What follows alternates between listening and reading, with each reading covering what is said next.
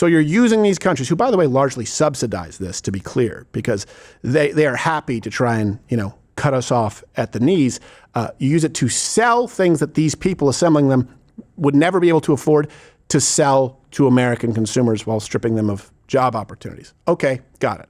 The left has been wrong about illegal immigration and our economy pretty much always. I mean, and they really find themselves, they've twisted themselves into a pretzel right now, because think about what you've heard all this time, whether it was Kelly Osbourne, the daughter. You heard people on The View saying, hey, well, otherwise, who's going to pick your strawberries? Who's going to clean your toilets? Who's going to do these low-level menial jobs that Americans don't want to do? First off, that's not true. But even assuming that they're correct on that premise. All right, now they've added to that, we also need uncapped H-1B workers, because we don't have enough skilled workers in the United States. We don't have enough engineers. We don't have enough tech people. We don't have enough geniuses. So hold on a second. We now need to bring in foreign labor for the really highly skilled jobs that pay well.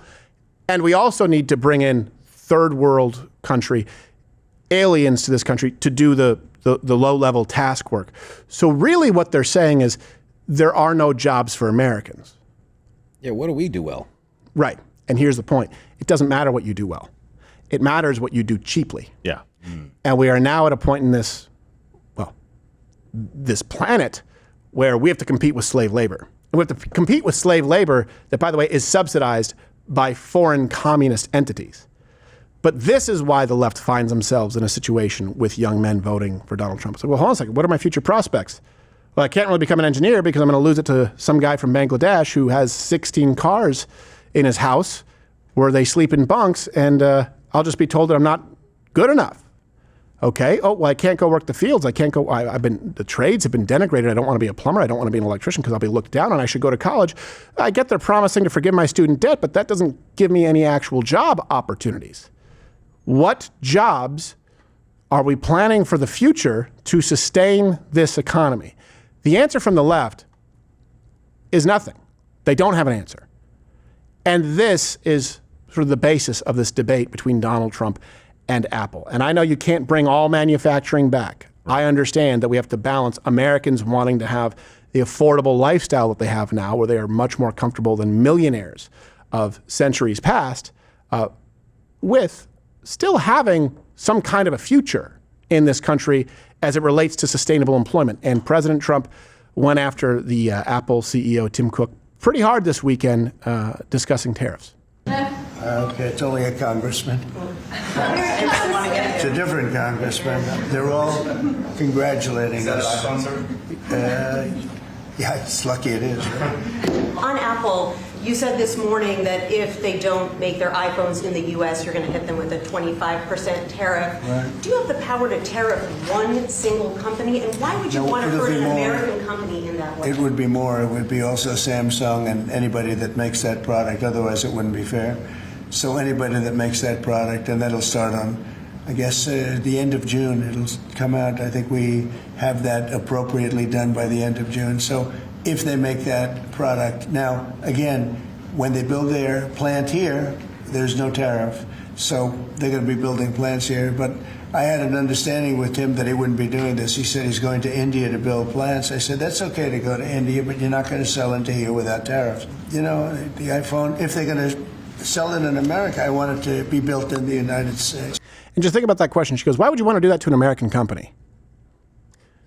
Okay, hold on a second. We're talking about the American company. Is it benefiting Americans beyond having a smartphone? And here's the thing, too. Let's just reverse this. Yeah. Toyota, they've built a plant here. Okay. They assemble a lot of cars here. All right, I get it. It's a Japanese company, but it's employing Americans. So how about we encourage foreign companies to invest in the United States and have a business tax code that encourages American business owners to stay in the United States? Right now, you have people American companies moving overseas because of the kinds of burdensome tax codes that we have, red tape, and foreign companies in general stay overseas. Let's have more Toyotas, and let's try and bring Apple back.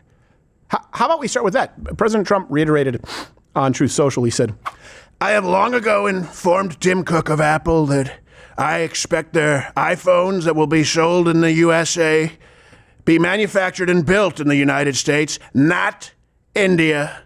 Definitely not India or any place else. If that is not the case, a tariff of at least 25% must be paid by Apple to the U.S. Thank you for your attention to this matter. That's his new calling card. I don't know why he does that at the very end. Thank you for your attention to this.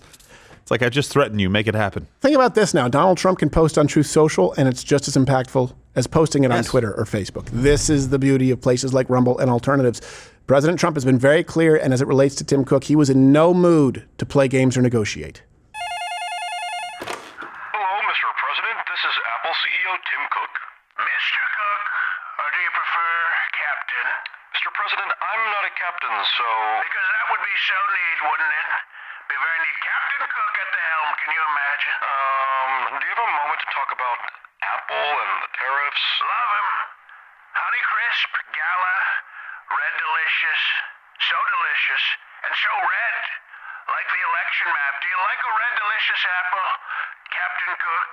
I'm more of a Fuji man, but I'd like to talk about these tariffs. Fuji sounds Chinese. That sounds very Chinese. That's why we're putting a tariff on them so Americans can start buying more, frankly, American apples like Red Delicious.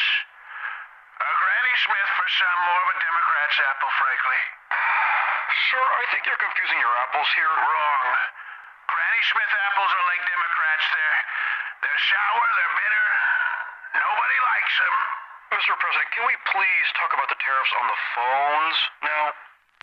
No. Mr. President? Hello? He hung up. I kind of like Granny Smith. I knew it! Gross! Look, it's a different approach. It is. I like It's it. America first. Asymmetrical. I like a good, I do like a good Fuji apple, I'm not going to lie. I don't know that I know the difference. Yeah, Fuji's are pretty good. It's overpriced. Yeah, it's true. The Get Cosmic ya- Crisps are good too. Get you one of those factory chemical made Honey Crisps. Well, instead. Waxy. Yeah, now I just eat wax fruit. So let's go to the numbers here. China. 9 in 10 iPhones are produced in China right now. Okay, 80% of Apple suppliers, they have factories in China. They basically helped create 5 million jobs. I'm using that term loosely in China because it's basically slavery. So is this what we can expect for our future? Is American manufacturing dead forever? Well, let's hear the arguments that they make and kind of comb through them. It's time for some Claim Truth.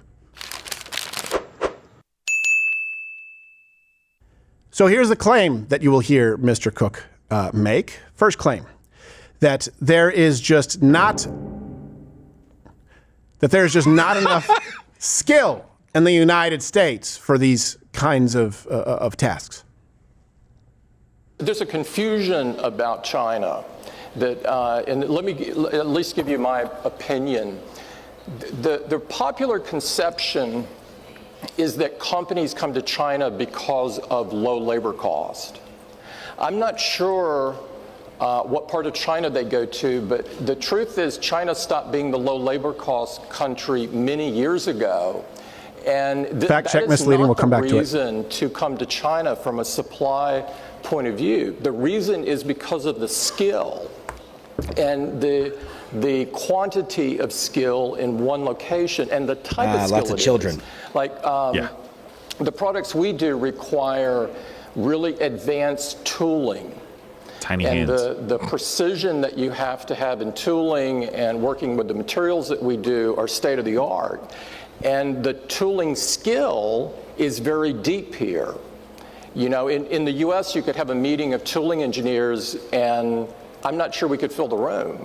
Okay, here's the truth. So part of that is true, but first let me ask you a question. How did Apple start? Where did it start? There's a lack of engineers because we haven't trained them, and the reason we haven't trained them is for this. It's the same reason for all of this. The jobs were outsourced to cheap labor countries. Yeah. So the demand drops here because even if it's a job that, let's say, pays $70,000, $80,000 a year, that's a whole lot more than effectively nothing. The slave labor you're talking about in other countries. So we do have fewer trained engineers. But the primary reason for that is what he lied about there, saying that China is actually not the low cost. Wrong. Incorrect. Now, it's not the lowest, but it is lower than the United States. So in the United States, the cost per unit, for example, if we're talking about like an iPhone, it would be about $200 per unit. In China, $40. $40. So $200 to $40. So he's saying it's not the cheapest in the world. Well, no. But did you go to China when it was arguably the cheapest place in the world? And is it cheaper than the United States? Because that's also what drives our lack of skilled labor here. Also, he is now going to the cheapest place in the world, to be clear. So he went to China when it was cheapest, and now, India, where the labor cost is about half of China. So China's about $6.50 an hour. If you look at the labor cost in India, it's $3.50 an hour. Guess where Apple is planning to shift most of their American-bound iPhones? Their production is going to India. So in April 2025, iPhone shipments coming from India to the United States, they went up by about 76%. So the units now coming from India, 3 million. Units coming from China, 900,000. China's already cheaper than the United States. Let's make it there and sell it to Americans. Oh, wait, India's cheaper than China? Let's make it in India. Where in this equation is the American worker taken into consideration at all? Consumer. Yeah, as a consumer. Exactly. Yeah. Oh, that's right. So you're using these countries, who, by the way, largely subsidize this, to be clear, because they are happy to try and, cut us off at the knees. Use it to sell things that these people assembling them would never be able to afford to sell to American consumers while stripping them of job opportunities. Okay, got it. So you went to the cheapest, and then when China was no longer the cheapest, you're now going to cheaper. You tell me where, without some kind of consequences or tariffs, we ever bring back any, I'm not saying we can bring back all, any manufacturing, any of this employment sector. Yeah. I would love to hear an answer from Well, and Tim Cook, that clip was from 2018. You remember all the trouble people were getting in for having plants in China with Nike and a bunch of other things? Oh, yeah. Going around. Sweatshop. And the best answer they could come up with is like, no, it's the skilled labor, guys. Now, I understand there's a component to it of skilled labor. We've talked about that, but it is because it was cheap.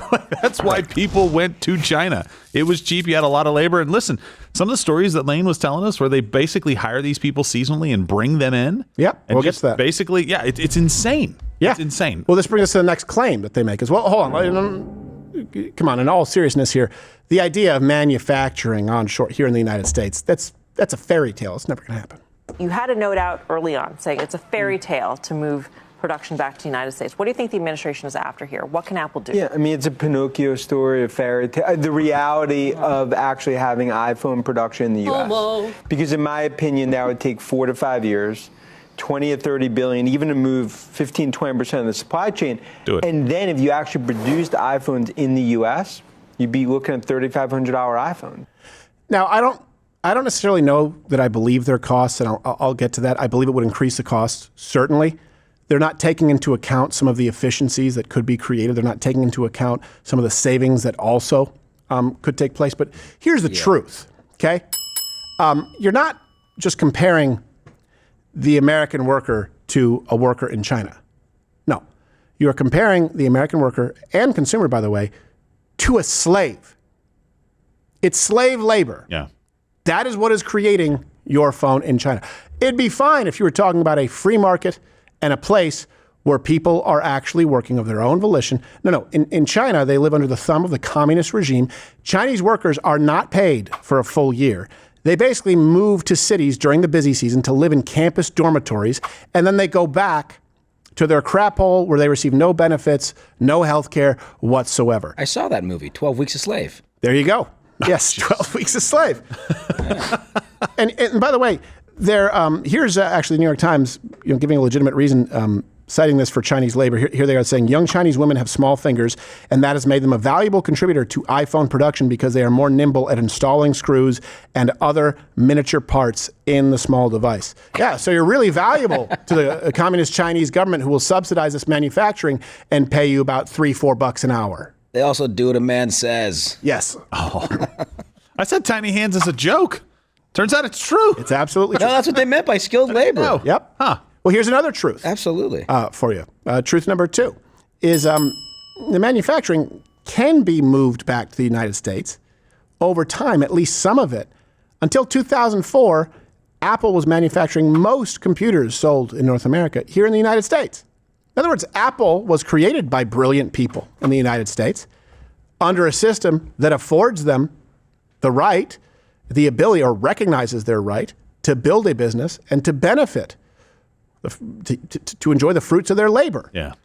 And they did until they realized, wait a second, we can make even more. So when you were getting Apple computers back then, 2004, 2003, 2004, 2005, I believe that's the time where you had the translucent iMacs. Those were fun. Yeah, with the backs. That's probably when Justin Long was doing his Mac versus PC commercials. They were still making it in the United States. Hey, you were able to afford those. They were more expensive, but they weren't outside of the realm of possibility. They weren't outside of the reach. We had them in our schools. Many Americans use them. Okay, well, what changed? Cheaper, cheaper, cheaper, cheaper. Okay, how is CEO pay done? What do the benefits packages look like at the top? I have no problem with someone enjoying their life and making money. I do if it requires the subsidization from foreign communist governments and slave labor. Because didn't you say earlier it was $40 per unit in China, but $200 per unit? Is per unit per phone? Yeah. Is that the value? Because they sell for no less than $1,000. Well, cost. That was the labor cost to labor assemble. cost. Oh, okay. To assemble. Okay. So you had some more. I don't know where they get $3,500. I don't either. But they could be talking about the most expensive, most advanced phone at that point. It feels like a scary number. There also is come up with the worst number we can think of. You can also get a free iPhone if you just switch providers. So yeah, a free iPhone. Pretty much. So I don't know if that's. You look at the early 2000s, by the way, Apple completely abandoned America for low-cost labor, like we said, China, places where, when you say low-cost labor, what you mean is no basic human rights requirements. And I don't mean this in the liberal sense of internet being a human right. I don't mean this in the liberal sense of public transit. I mean no human rights. I mean the rights that you have to life, liberty, pursuit of happiness, where you have the right to have as many children as you want, where you have the right to walk down the road that you choose, where you have the right to choose anything. When we are saying low labor cost, we are talking about the slave trade. So these guys aren't negotiating salaries? No, exactly. They're not. But here they're pro-union. Over there, it's yeah. What some 8-year-old chained to a manufacturing line who can't even get a piss break once a day? Sure, we have no problem with that as long as we can say that we support the SEIU here. In 2015, Apple committed $275 billion to China. Jeez. $275 billion. In his first term, President Trump granted some tariff exemptions to Apple. What did they do? They built 0 new factories in the United States. None. Not one. Nothing. So we're all having, it's funny because the left discusses nuance. We're all having a conversation about, okay, how do you balance this? Because sometimes you don't even have the raw materials. It's just, it can't be made in the United States. I understand that. Some of that is a mess of our own doing. But we're saying, okay, how do you balance bringing some manufacturing back? Because here in the United States, we need to have low-skilled labor jobs. We need those. Not everyone's going to be a doctor. Not everyone's going to be a lawyer. Yeah. We also need some highly skilled paying jobs. According to the left, neither one of those are going to be available for you, and you just have to accept it. Their solution is, of course, universal basic income. Their solution, of course, is more government handouts. That's their solution. But if you want to earn your way, they're telling you you're going to have to accept that your prospects are very, very limited. Yeah. Is there a balance to bringing some manufacturing back? Can it be done? Yeah. Yes, it can. And we've seen it in other sectors. We've seen it, for example, where the American automotive industry overstepped its bounds, a byproduct of never-ending supply of bailouts. And Toyota and Nissan and Honda and Hyundai and Kia building plants here in the United States because it was conducive to having a more cost-effective supply chain. Well, and you have to start, otherwise the answer is yes. Of course, you can never bring it back. If you just continue to come up with reasons why you can't. Now, you can't myopically think like, oh, they're just going to be able to move all of these plants and factories back to the United States immediately. It is going to take billions of dollars. It is going to take time for them to be able to do this. It is going to take time for us to be able to train our workforce. So J.D. Vance and Vivek Ramaswamy, no, we don't need more H-1Bs coming in. We need more Americans to be able to take over those jobs. But you do have to give Donald Trump time and also credit. Like, he's unwinding a very bad policy. The timing of all this makes total sense. We thought if we just gave China business prospects, economic opportunity, that they would come into the rest of the world. They would start adopting kind of a Western sensibility to some degree on how they treated people and how they behaved within the community. They never had any interest of doing any of that, but they had every kind of incentive, I guess, to just take our money, take our markets, and kind of monopolize that's all because the products that are being built in the world, essentially. And by the way, Americans weren't wrong to think that, in the sense that we didn't take into account that there is no consumer base in China. So we thought the people building, because you look at smartphone ownership in the States, it's like 80-something%. I believe, for example, in India, it's 46%. So these people are being asked to build really cool stuff and ship it. Oh, wait, what does that do? Oh, what does it do? It gives you access to everything on earth ever. But you don't get it because you're a glorified slave.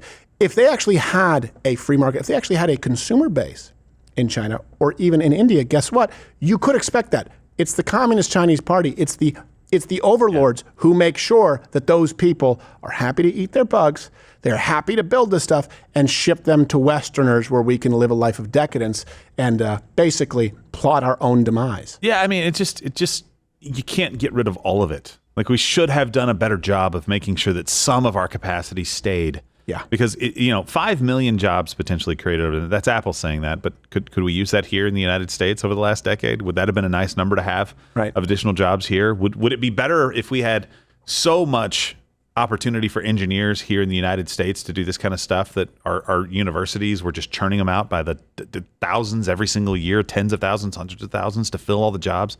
Like, that's the kind of stuff that we need to have a little bit better forethought on. I do believe it was the wrong thing to do in the early 2000s to just say, and this is, Kissinger and all those guys, like, just to say, yes, we're going to bring China into this global economy by opening up and kind of doing that.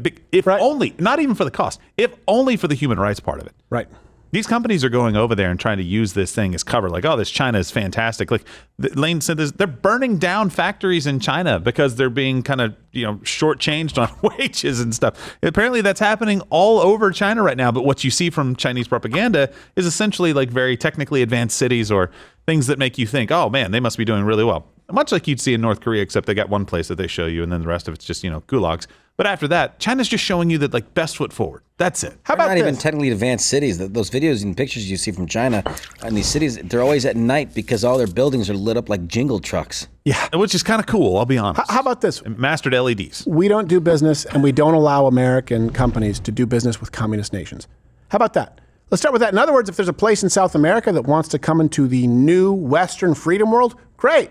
We don't have a problem with it because it's not slave labor, in which case, here's the thing, they can start manufacturing, but they'll also simultaneously be developing a consumer base where their quality of life expectations will rise. You can't have that with a communist fascist government. Let's be really clear. No, we're not going to allow you to do business with communist adversaries or with terrorist supporting adversaries, as far as any of those nations. How about that? That would be fair. Let me give you one other potential solution.